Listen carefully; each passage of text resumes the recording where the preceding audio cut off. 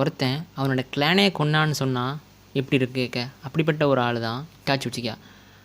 நருட்டோவில் ரொம்ப ஒரு பெஸ்ட்டு கேரக்டர்னு சொன்ன போனாலும் நிறைய கேரக்டர்ஸ் இருக்குது. அதில் ஒன் ஆஃப் கேரக்டர் தான் இட்டாச்சி உச்சிகா.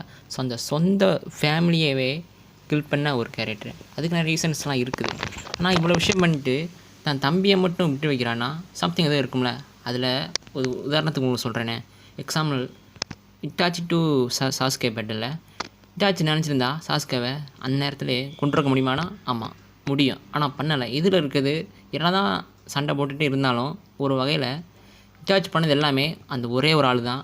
அது முன்னே இருக்கிற பிரதருக்காக பண்ணதான். இவ்வளோ சாக்ரிஃபைஸ். தான் லவ் பண்ண பொண்ணு, தான் லவ் பண்ண ஃபேமிலி, லவ் பண்ண கிளானு, அவங்க ஊர், ஒரே நைட்டில் எல்லாரையும் கொன்னவன். இதெல்லாம் யாருக்காக பண்ணேன்னு கேட்டால் ஒன்லி ஒன் அவர் தம்பிக்காக. அப்படிப்பட்ட ஒரு சாக்ரிஃபைஸ் கிங்குன்னே சொல்லலாம் நருட்டோ வேர்ல்டில் இட்டாச்சி உச்சிகாவை.